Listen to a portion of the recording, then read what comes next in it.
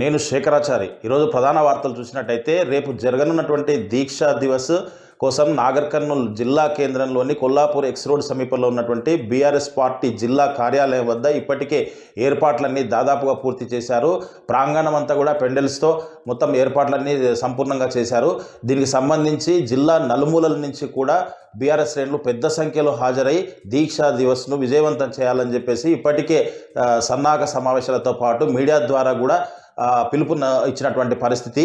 నియోజకవర్గాలకు సంబంధించినటువంటి మాజీ ఎమ్మెల్యేలు మర్రి జనార్దన్ రెడ్డి, బీరం హర్షవర్ధన్ రెడ్డి, జైపాల్ యాదవ్తో పాటు జిల్లా అధ్యక్షుడు గువ్వల బాలరాజు నేతృత్వంలో ఈ కార్యక్రమం జరుగుతుంది. కాబట్టి అన్ని నియోజకవర్గాల నుంచి, అన్ని మండలాల నుంచి, అన్ని గ్రామాల నుంచి కూడా బీఆర్ఎస్ శ్రేణులు తప్పనిసరిగా దీక్షా దివస్లో పాల్గొనాలని చెప్పేసి కేసీఆర్ తెలంగాణ రాష్ట్రం కోసం చేసినటువంటి త్యాగాలు, 10 సంవత్సరాల్లో రాష్ట్రం కోసం చేసినటువంటి అభివృద్ధి కార్యక్రమాలు, ఈ సంవత్సర కాలంలోపే కాంగ్రెస్ చేస్తున్నటువంటి వైఫల్యాలు, రేవంత్ రెడ్డి చేస్తున్నటువంటి ప్రజా వ్యతిరేక విధానాలను కూడా ఈ దీక్షా దివస్లో కూలంకుషంగా కార్యకర్తలను ఉద్దేశించి నాయకులంతా కూడా దిశానిర్దేశం చేస్తారు. కాబట్టి ప్రతి ఒక్కరు కూడా ఈ దీక్షా దివస్కు ఇచ్చేసి ఈ కార్యక్రమాన్ని విజయవంతం చేయాలని చెప్పేసి కూడా నేతలు పిలిపించినటువంటి పరిస్థితి. దానికోసం అన్ని ఏర్పాట్లు కూడా జిల్లా బీఆర్ఎస్ పార్టీ కార్యాలయం వద్ద ఏర్పాట్లు పూర్తి చేసినట్టు నేతలు తెలిపినటువంటి పరిస్థితి.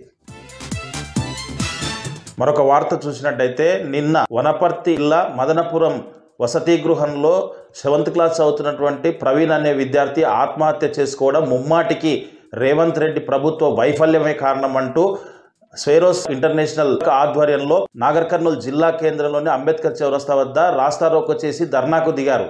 గురుకులాల్లో చదువుతున్నటువంటి విద్యార్థులు, వసతి గృహాల్లో ఉంటున్నటువంటి విద్యార్థులు వసతులు బాగాలేక మనస్తాపానికి గురై వాళ్ళు చదువుకోవడానికి అనేక ఇబ్బందులు పడుతూ చివరకు తనువు చాలిస్తున్నారని చెప్పేసి దీని అంతటికి కూడా రేవంత్ రెడ్డి ప్రభుత్వమే కారణం అంటూ వాళ్లకు ఎలాంటి భోజనాలు సరిగా పెట్టకపోవడంతో, తర్వాత వసతులు సమకూర్చకపోవడంతో ఇలాంటి అఘాయిత్యాలకు పాల్పడుతున్నారని చెప్పేసి, తమ పిల్లలు చనిపోవడంతో తల్లిదండ్రులు గర్భశోకంతో విలపిస్తున్నారని చెప్పేసి ముమ్మాటికి ప్రభుత్వ వైఫల్య కారణమే ఈ తల్లిదండ్రుల బాధ కావచ్చు. తర్వాత విద్యార్థులు ఇప్పటికే ఎంతోమంది ప్రాణాలు గాలిలో కలిశాయని చెప్పేసి ఇప్పటికైనా ప్రభుత్వం వెంటనే స్పందించి గురుకులాలపైన, తర్వాత వసతి గృహాలపైన సమీక్షలు జరిపి వెంటనే వాటిని చక్కదిద్దాలని చెప్పేసి, లేని పక్షంలో స్వేరోస్ ఇంటర్నేషనల్ ఆధ్వర్యంలో పెద్ద ఎత్తున ఆందోళన చేస్తామని చెప్పేసి నాగర్ కర్నూల్ స్వేరోస్ ప్రధాన కార్యదర్శి శివశంకర్ ప్రభుత్వాన్ని డిమాండ్ చేశారు.